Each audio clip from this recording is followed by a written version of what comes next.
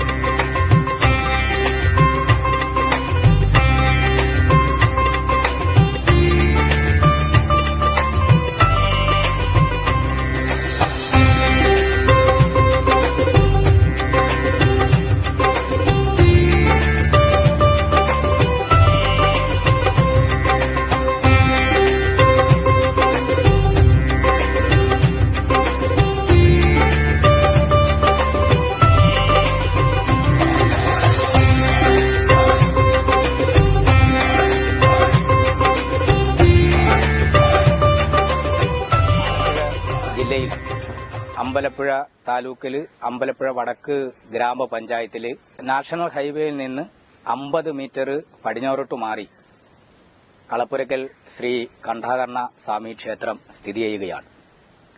ഈ ക്ഷേത്രത്തിന്റെ ദൈവീയ മഹാത്മ്യത്തെക്കുറിച്ച് പറയുകയാണെങ്കിൽ ശിവകുടുംബ അംശമാണ് ഇവിടെ സ്ഥിതി ചെയ്യുന്നത്.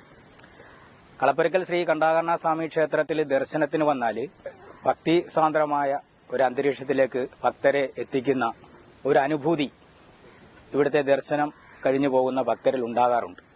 പലരും അത്തരം അഭിപ്രായങ്ങൾ പറയാറുമുണ്ട്. ഒരു ദേശാടനത്തിന് നമ്മൾ പോകുന്നതിന് തുല്യമാണ്.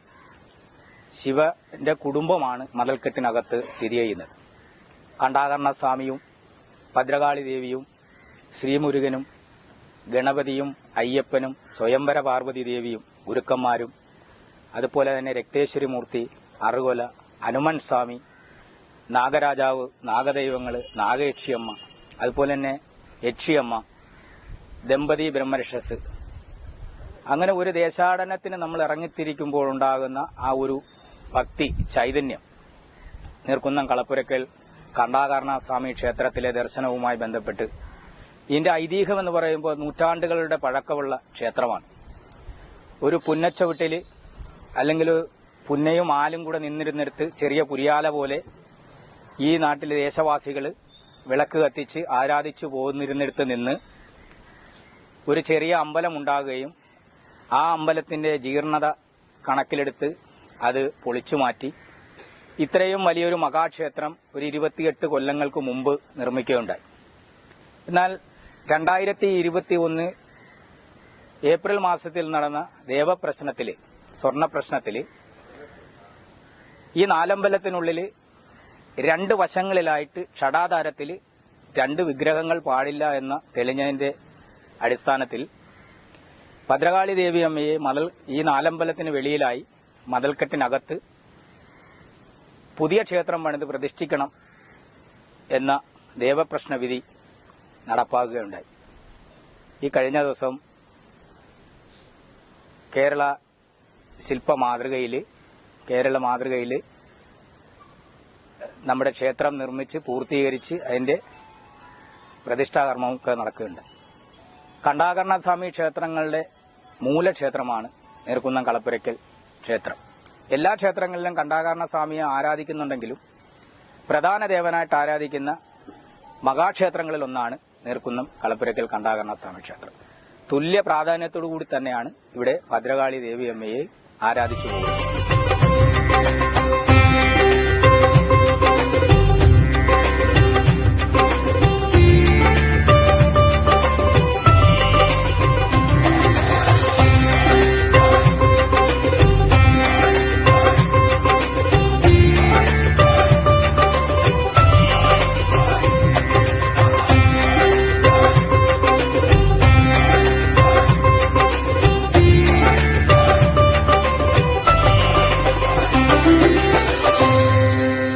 കളപ്പുരയ്ക്കൽ ശ്രീ കണ്ഠാകർണസ്വാമി ക്ഷേത്രത്തിലെ ഭദ്രകാളി ദേവി ക്ഷേത്ര സമർപ്പണവും അതിനോടനുബന്ധിച്ച് തന്നെ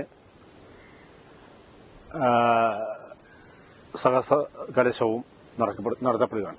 എന്തുകൊണ്ടും വളരെ മനോഹരമായ രീതിയിൽ ക്ഷേത്ര സമുച്ചയം പണി പൂർത്തിയാക്കാൻ കഴിഞ്ഞത് ഈ നാടിന് തന്നെ ഒരു അഭിമാനകരമായി മാറിയിരിക്കുകയാണ്. ഇതിനുവേണ്ടി പൂർണ്ണമായും നമ്മുടെ സ്ഥപതി കണിപ്പയ്യൂർ മനു കൃഷ്ണൻ നമ്പൂതിരിപ്പാടും അതുപോലെ തന്നെ എടപ്പാൾ രാധാകൃഷ്ണാചാരിയും ശില്പി അർജുൻ പാലക്കാട് ഇവരുടെ സാന്നിധ്യത്തിൽ വളരെ മനോഹരമായി തന്നെ ക്ഷേത്രം പണി പൂർത്തിയാക്കാൻ കഴിഞ്ഞു. ഏറ്റവും അഭിമാനകരമായ ഒരു മുഹൂർത്തമായിട്ടാണ് കാണാൻ കഴിയും. ക്ഷേത്രം പണി പൂർത്തിയാക്കി ഇന്ന് നാടിന് സമർപ്പിച്ചിരിക്കുകയാണ്.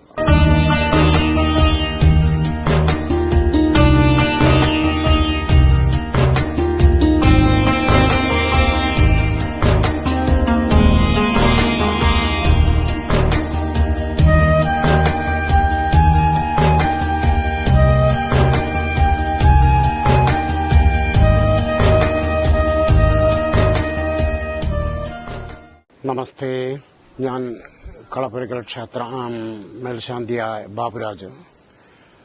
ഇവിടെ ചിരപുരാതനമായിരിക്കുന്ന ഈ ക്ഷേത്ര സങ്കേതത്തിൽ അതിപ്രധാനമായിട്ട് കുടികൊള്ളുന്ന കണ്ഠാകർണൻ, തത്തുല്യമായിട്ട് കുടികൊള്ളുന്ന ഭഗവതിയും അത്ര തന്നെ പ്രാധാന്യമുള്ള സുബ്രഹ്മണ്യൻ, മറ്റ് ഉപദേവതാമൂർത്തികളും കുടികൊള്ളുന്ന ഈ സംഗീതത്തിൽ വെള്ളിയാഴ്ച ദിവസം ഭഗവതിക്ക് വിശേഷാലായിട്ടുള്ള കുരുതിയും മുട്ടറക്കലും നടന്നുകൊണ്ടിരിക്കുന്നു. എല്ലാ ഭക്തജനങ്ങളും അവരവരുടേതായിട്ടുള്ള ആഗ്രഹ സഫലീകരണത്തിന് വേണ്ടിയിട്ട് നടക്കുന്ന മുട്ടറക്കല് വഴിപാട് ഇന്നും ഭക്തജനങ്ങള് തുറന്നുകൊണ്ടുപോവുകയാണ്. കുരുതിയും അതേപോലെ നടത്തപ്പെടുന്നു.